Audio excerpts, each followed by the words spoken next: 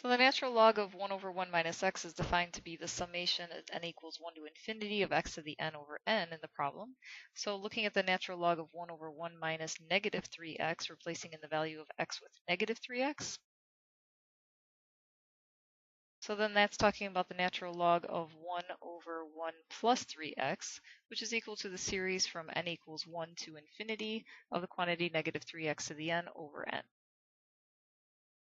And now to work with the interval of convergence, since the value of x was between negative 1 and 1, we have negative 3x is greater than or equal to negative 1 and less than 1. To solve for x, dividing by negative 3, we'll switch the inequality sign. So then the interval of convergence is greater than negative 1/3 and less than or equal to positive 1/3.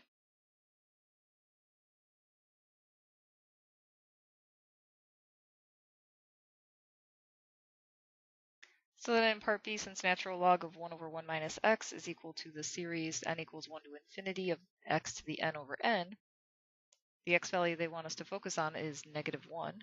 So negative 1 to the n over n, the series from n equals 1 to infinity, is equal to the natural log of 1 over, replacing in the value of negative 1 for x, 1 minus the negative 1. And that simplifies to be the natural log of 1/2, or it can be rewritten as the negative natural log of 2.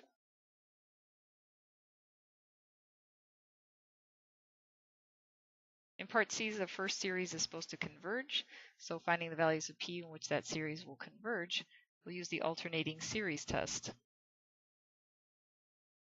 On the alternating series test, the first condition is take the u to the n, which is 1 over n to the p, make that greater than 0. That occurs for all values of p. The second thing, we're trying to find that the u sub n value is greater than u sub n plus 1. So let the function be 1 over x to the p. So the derivative of that function will be negative p x to the p minus 1.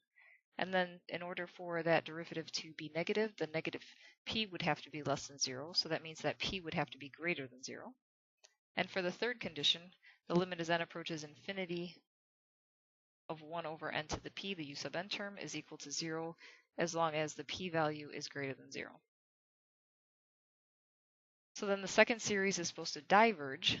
So looking at when that series is going to diverge, that'll occur when by the p-test when 2p is less than or equal to 1 or greater than 0.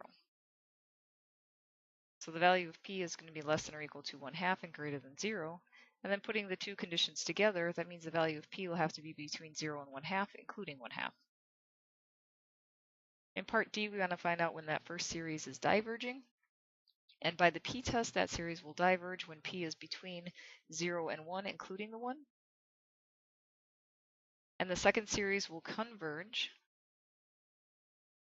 Again, using the p-test, the p-series test will occur when the 2p is greater than 1, or when p is greater than 1/2. So putting those two conditions together, p will have to be greater than 1/2, but less than or equal to 1.